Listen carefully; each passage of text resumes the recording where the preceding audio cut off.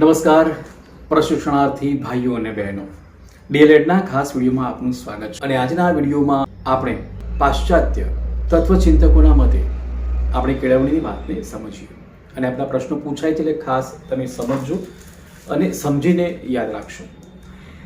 તો પ્લેટોની આપણે સૌથી પહેલા કેળવણીની વાતને સમજીએ. તો પ્લેટો કહે છે, યોગ્ય આદતોના નિર્માણ દ્વારા, યોગ્ય આદતો, ખાસ સમજો, યોગ્ય આદતોના નિર્માણ દ્વારા બાળકોમાં સદગુણોના વિકાસની તાલીમ એટલે કેળવણી. યોગ્ય આદતોના નિર્માણ દ્વારા, આદત, ટેવ, એના નિર્માણ દ્વારા બાળકોમાં સદગુણોના વિકાસની તાલીમ એટલે કેળવણી. આ પ્લેટોએ વાત કરી છે.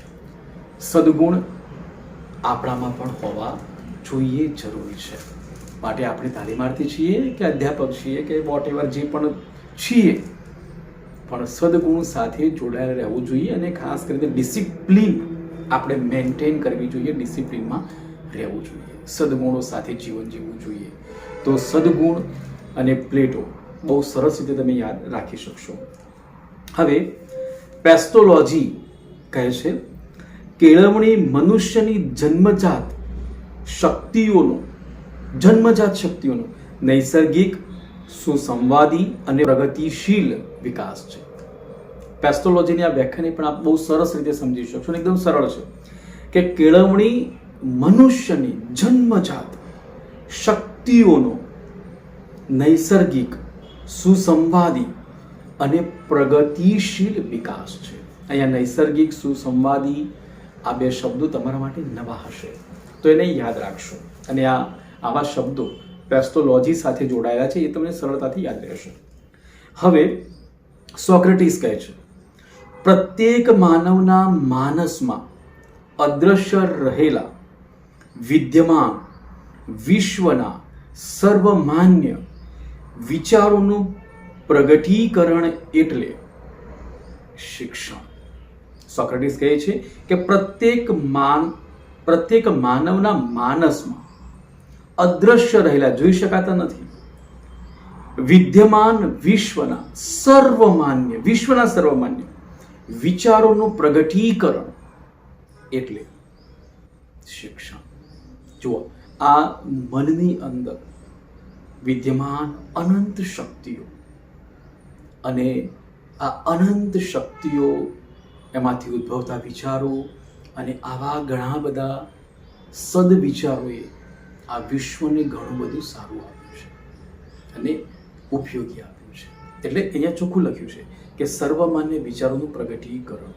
બરાબર? તો આ વાતને આપણે યાદ રાખીશું. અને રૂસો,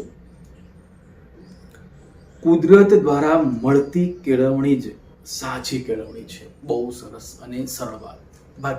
ડેફિનેશન, રજૂઆત, વ્યાખ્યા બહુ નાની છે, પણ ઘણું બધું કહી જાય છે કે કુદરત દ્વારા મળતી કેળવણી જ સાચી કેળવણી છે. કુદરત દ્વારા મળતી કેળવણી સાચી કેળવણી છે. રૂસોએ વાત કરી છે. તો પાશ્ચાત્ય તત્વચિંતકોની કેળવણીની વાતને, કેળવણીના અર્થને આપ આ રીતે સરસ રીતે યાદ રાખી શકશો. ફરી મળીશું એક આવા જ નવા વિડીયો સાથે. અને હા, આપને કયા ટોપિકમાં રસ છે અથવા કેવા પ્રકારના વિડીયો આપ ઈચ્છો છો, તો મને કોમેન્ટ બોક્સમાં નીચે જણાવશો, જેથી હું આપને ઉપયોગી વિડીયો બનાવી શકું. જોડાયેલા રહેશો. આ દેશ માટે કંઈ સાથે મળીને બહુ સારું કરીએ અને આવનારી પેઢીને બહુ સરસ રીતે તૈયાર કરીએ. એ માટે આપણે તૈયાર થઈએ. અહીંયા હું પણ તૈયાર થઈ રહ્યો છું અને આપ પણ તૈયાર થઈ રહ્યા છો. ગીજુભાઈ બધેકાની વાત આગળ આપણે શીખીશું, અહીંયા લાગુ પડે છે. એટલે આપણે બધા સાથે મળીને આ દેશ માટે સારું કરીએ. ધન્યવાદ.